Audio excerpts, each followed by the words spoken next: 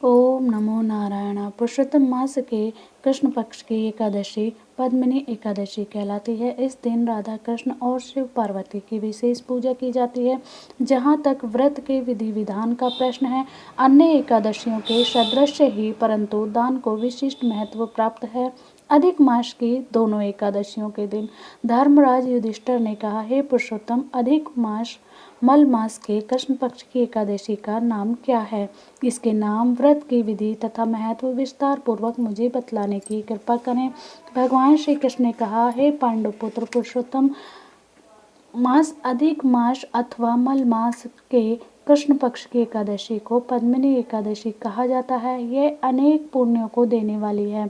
इसका व्रत यत्न पूर्वक करने से मनुष्य विष्णु लोक को प्राप्त होता है। इसके महात्म का पूर्ण वर्णन करने की सामर्थ्य चार मुखों वाले ब्रह्मा में भी नहीं है। फिर भी पूर्व काल में ब्रह्मा जी ने पापों को समूल नष्ट करने वाली इस पद्मिनी एकादशी के व्रत का जो महात्म कहा है, वही मैं तुमको सुनाता हूँ। भगवान श्री कृष्ण बोले, हे राजन, दशमी के दिन व्रत प्रारंभ करें। दशमी के दिन कांसे के पात्र में भोजन करना तथा मूंग मसूर चना कोदो साग मधु और पराये अन्न का सेवन, ये 8 चीजें वर्जित हैं। हविष्य अर्थात जो चावल आदि का भोजन करे, नमक नहीं खाना चाहिए, भूमि पर सोएं तथा ब्रह्मचार्य से रहें। एकादशी के दिन प्रातःकाल उठकर शौच आदि से निवृत्त हो दंत धावन करें और 12 कुल्ला जल के करके शुद्ध हो जाए। सूर्योदय होने से पहले गोबर, मिट्टी, तिल, कुशा तथा आंवले के चूर्ण से विधि पूर्वक स्नान करते हुए कहें, हे मृत्तिके, तुमको 100 भुजा वाले श्री कृष्ण रूपी वराह भगवान ने धारण किया है। ब्रह्मा जी ने तुमको दिया है और कश्यप मुनि से आमंत्रित की गई हो। मेरे नेत्रों, बालों और सारे शरीर में लगाकर मेरे अंगों को पवित्र करो। हे मृत्तिके, मैं तुमको नमस्कार करती हूँ। समस्त औषधियों से उत्पन्न और गौ के उदर में स्थित पृथ्वी को पवित्र करने वाला गोबर मुझे शुद्ध करे। ब्रह्मा जी के थोक से उत्पन्न लोक को पवित्र करने वाले आंवले को तुमको नमस्कार है। तुम्हारे स्पर्श से मेरा शरीर पवित्र हो। हे शंख चक्र गदा धारण करने वाले विष्णु भगवान, आप मुझको अपने तीर्थ में स्नान की आज्ञा दीजिए। इस प्रकार वरुण के मंत्र को पढ़ते हुए गंगा आदि तीर्थों का स्मरण कर जलाशय में विधि पूर्वक स्नान करें और मुख, पीठ, हृदय तथा शरीर का खूब अच्छी तरह मार्जन करें। फिर सुंदर स्वच्छ श्वेत वस्त्र धारण करके संध्या तर्पण आदि नित्य नियम जानने के बाद विष्णु भगवान के मंदिर में जाकर उनकी पूजा आराधना करें। तत्पश्चात घर आकर स्वर्ण के बने हुए राधिका सहित कृष्ण और पार्वती सहित भगवान शिव का विधि पूर्वक पूजन करें। कलश के ऊपर तांबे या मिट्टी के पात्र में स्वर्ण अथवा चांदी की विष्णु भगवान की मूर्ति स्थापित करके पूजन करें। प्रेम के वशीभूत होकर भगवान के सामने नृत्य और गायन तथा कीर्तन आदि करें। नीच मनुष्य से वार्तालाप न करें तथा झूठ ना बोलें। रजस वाला स्त्री का स्पर्श न करें तथा ब्राह्मण तथा गुरु की निंदा न करें। इस दिन धर्म शास्त्रों और पुराणों की कथा सुननी चाहिए। पद्मिनी एकादशी को जल भी नहीं पीना चाहिए। यदि ना रहा जाए तो केवल थोड़ा सा जल पी लें। यदि शक्ति ना हो तो फलाहार कर लें। समस्त रात्रि भगवान का कीर्तन, पूजन तथा जागरण करना चाहिए। प्रथम प्रहार की पूजा में नारियल, दूसरे प्रहार में बिल्वपत्र, तीसरे में सीताफल और चौथे प्रहार में सुपारी तथा नारंगी अर्पण करनी चाहिए। प्रथम प्रहार का पूजन करने से अग्निष्टोम यज्ञ का फल प्राप्त होता है। दूसरे प्रहार की पूजा करने से वाजपेयी यज्ञ का, तीसरे प्रहर की पूजा करने से अश्वमेध यज्ञ का और चौथे प्रहर की पूजा तथा जागरण से राजसूय यज्ञ का फल मिलता है। इस व्रत से बढ़कर अन्य कोई यज्ञ, तप, दान या पुण्य नहीं है। जिसने इस एकादशी का व्रत किया है उसने पृथ्वी के सारे तीर्थ और क्षेत्रों के दर्शन कर स्नान कर लिए। इस प्रकार सूर्योदय तक जागें और सूर्य के उदय होने पर उत्तम नदी, सरोवर या तीर्थ स्थल में जाकर स्नान करें तथा विधि पूर्वक भगवान का पूजन करें और श्रेष्ठ ब्राह्मणों को भोजन कराएं। घड़ा आदि का पूजन कर ब्राह्मणों को दान कर दें। जो मनुष्य उपयुक्त विधि अनुसार व्रत करते हैं उनका यह व्रत सफल हो जाता है तथा अंत में मुक्ति प्राप्त होती है।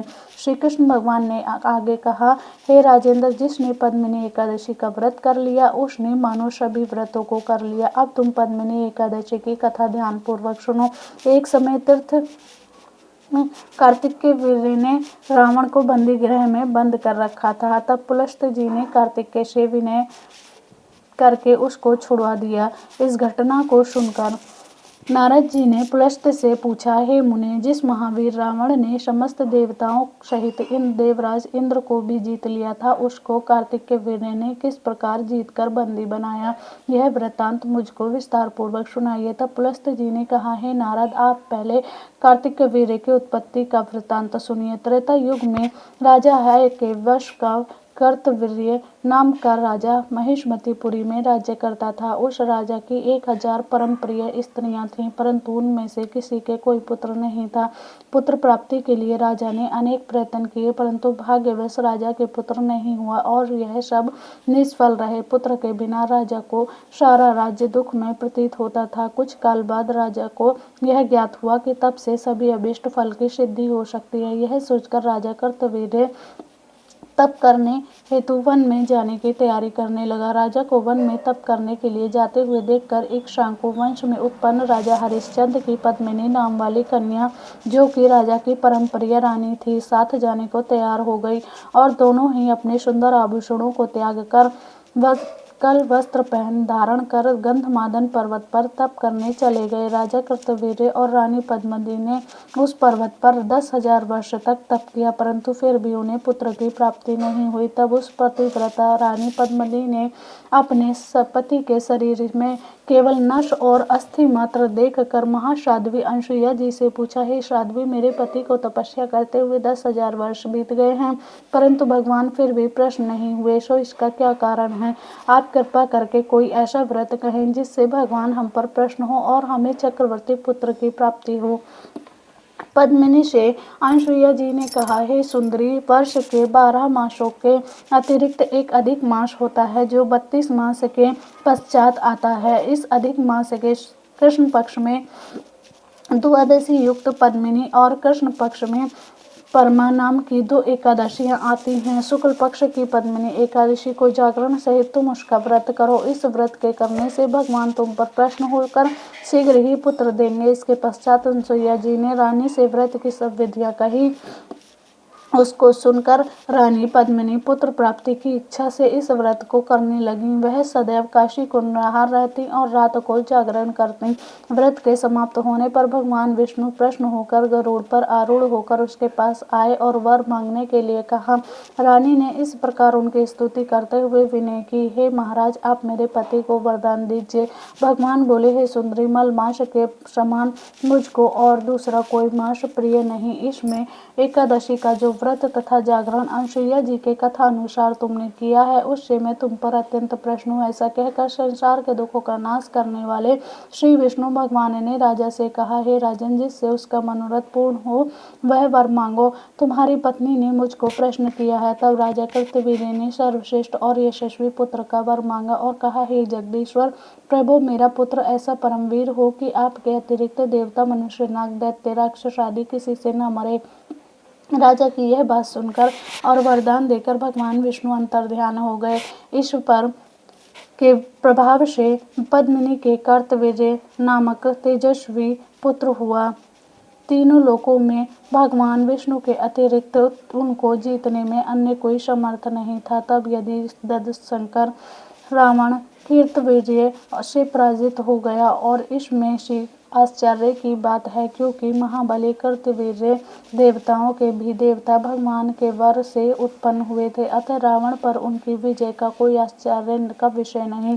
नारद जी को इतना बतलाकर पुलस्त मुनि अपने आश्रम को चले गए।